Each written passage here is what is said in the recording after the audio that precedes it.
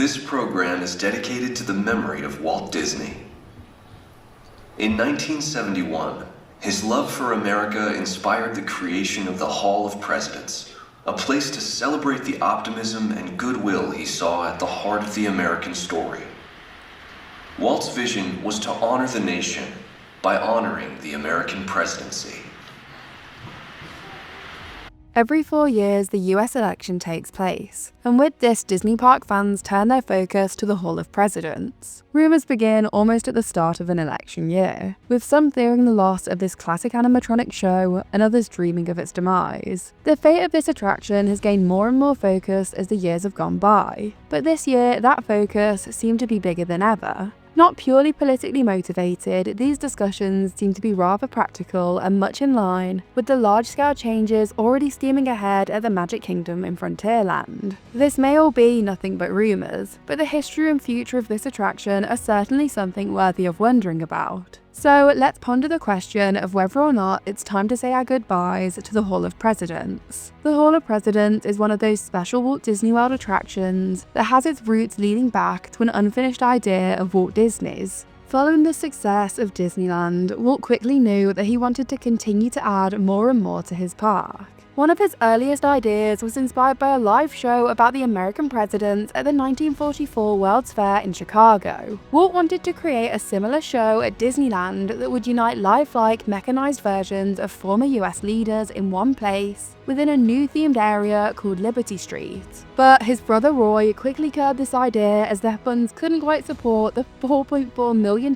in development costs required to create this attraction. Though the Liberty Street project was shelved for being far too expensive to build, Walt did employ a small number of designers to continue to work on evolving the park's audio animatronic technology that would have been needed for this attraction. Eventually, this work was utilized for the 1964-65 World's Fair in New York City, where the Illinois government partnered with Disney to fund the rollout of a lone audio animatronic figure in the state's pavilion at the expo.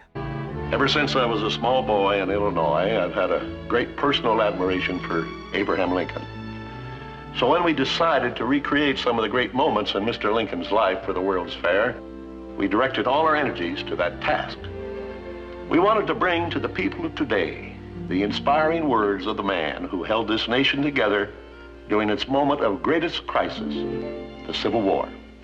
Now, to recreate a truly lifelike image of Lincoln, we use our new medium of audio animatronics.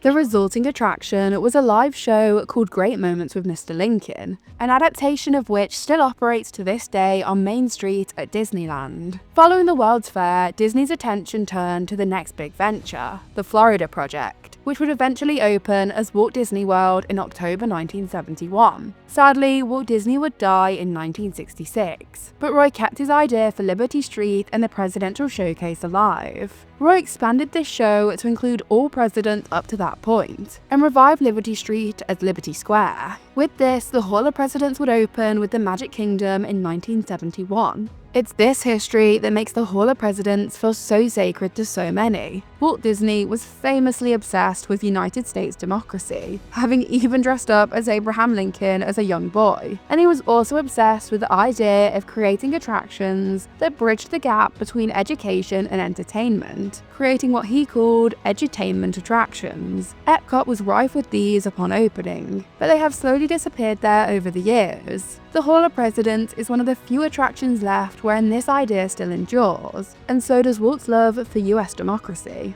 I do personally shudder at the statement that Disney parks aren't museums, because whilst I don't think they shouldn't change at all, I do think some attractions should be considered sacred. However, whether the Hall of Presidents is one of these, I'm not so sure. This is an attraction that has seen many changes throughout the years. It isn't quite so touched by Walt Disney as Great Moments with Mr. Lincoln, an attraction I would really hate to see go. But even this show is scaling back its performances to share the stage with something new and fresh next year. In 2025, Walt Disney A Magical Life will debut in Disneyland. This show will play in rotation alongside Great Moments with Mr. Lincoln, and will feature the first ever Walt Disney audio animatronic.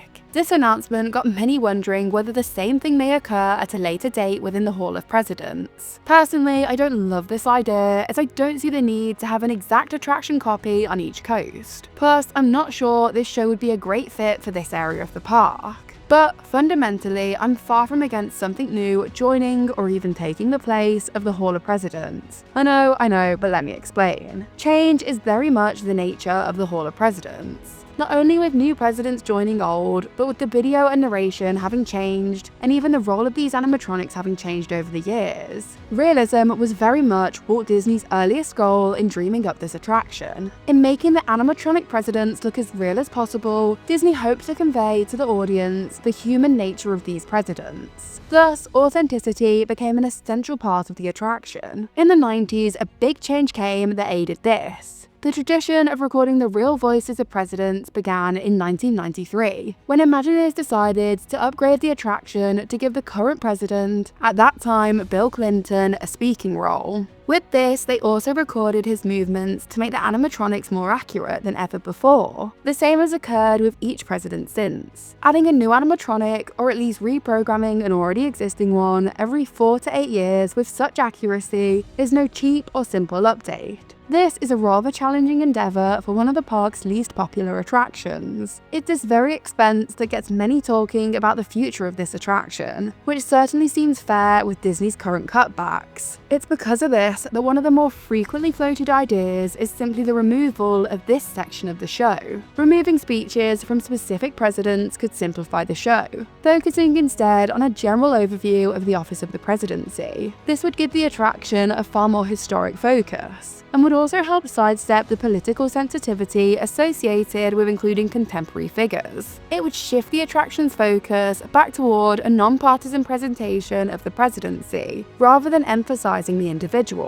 This loss of relevance might be a necessary change for the attraction to live on in any way. Politics have always been a divisive subject. Whether they are more divisive today, or simply that social media has put what would once be a private, or at least smaller scale discussion on display for all to see, isn't something I'm here to explore. That's a far bigger issue than it would be wise for me to attempt to tackle here. But there's no need to come to a conclusion on this, as politics is a very serious subject for most people, as it rightfully should be. But this seriousness should never make its way into a Disney park. Over the past 8 years or so, security is upped around this attraction, and cheering or booing for certain presidents has become far too normalized. Simply saying anything political shouldn't have a place within a Disney park is a hard line to draw, because all art is political, whether the corporation behind it wants it to be or not. Epcot has numerous attractions about humanity's entanglement with environmental forces, like Moana's Journey of Water or Living with the Land, which is an inherently political subject. But perhaps something that breeds such hostility simply can't exist anymore. It's sad to think that an attraction should go just because some people can't behave themselves. So perhaps a change of focus is the best thing that could happen. Closing the attraction because one person lost and another won cannot and should not happen. So announcing any big changes now would be a bad look for Disney. But announcing that it was going to run for its last few years and then change may be a bit less controversial. No matter what happens with the Hall of Presidents, people are going to be unhappy, and people are going to try to politicize it. As a huge fan of animatronic shows, I will admit that there is one not too far away that does the American history thing far better. The American Adventure in Epcot is in every way, at least to me, a superior attraction. Far less controversial, although conversations about the viewpoint of this show